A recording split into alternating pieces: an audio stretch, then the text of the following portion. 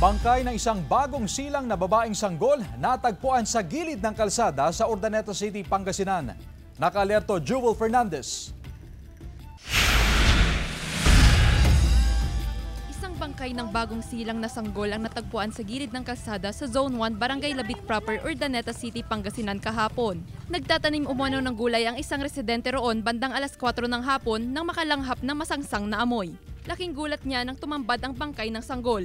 Nag-report siya agad sa barangay hall. Yung caretaker ng lupa na yon, nakita nila kasi magtatanim yata sila ng mga gulay doon sa bandang doon.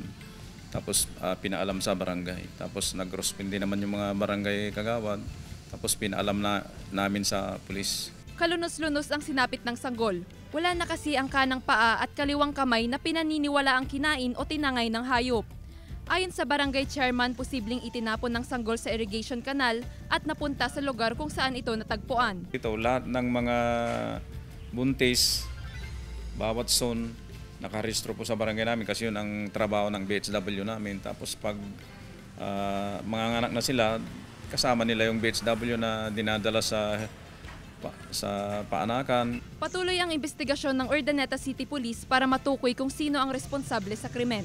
Lahat po ng possibility tinitingnan natin, kaya yung ating mga investigator ongoing yung pag-conduct ng investigation and even yung pag-backtrack ng mga if there is a CCTV na pwedeng makita kung sino talaga yung perpetrator on this incident. Inilibing na rin kaagad ang sanggol.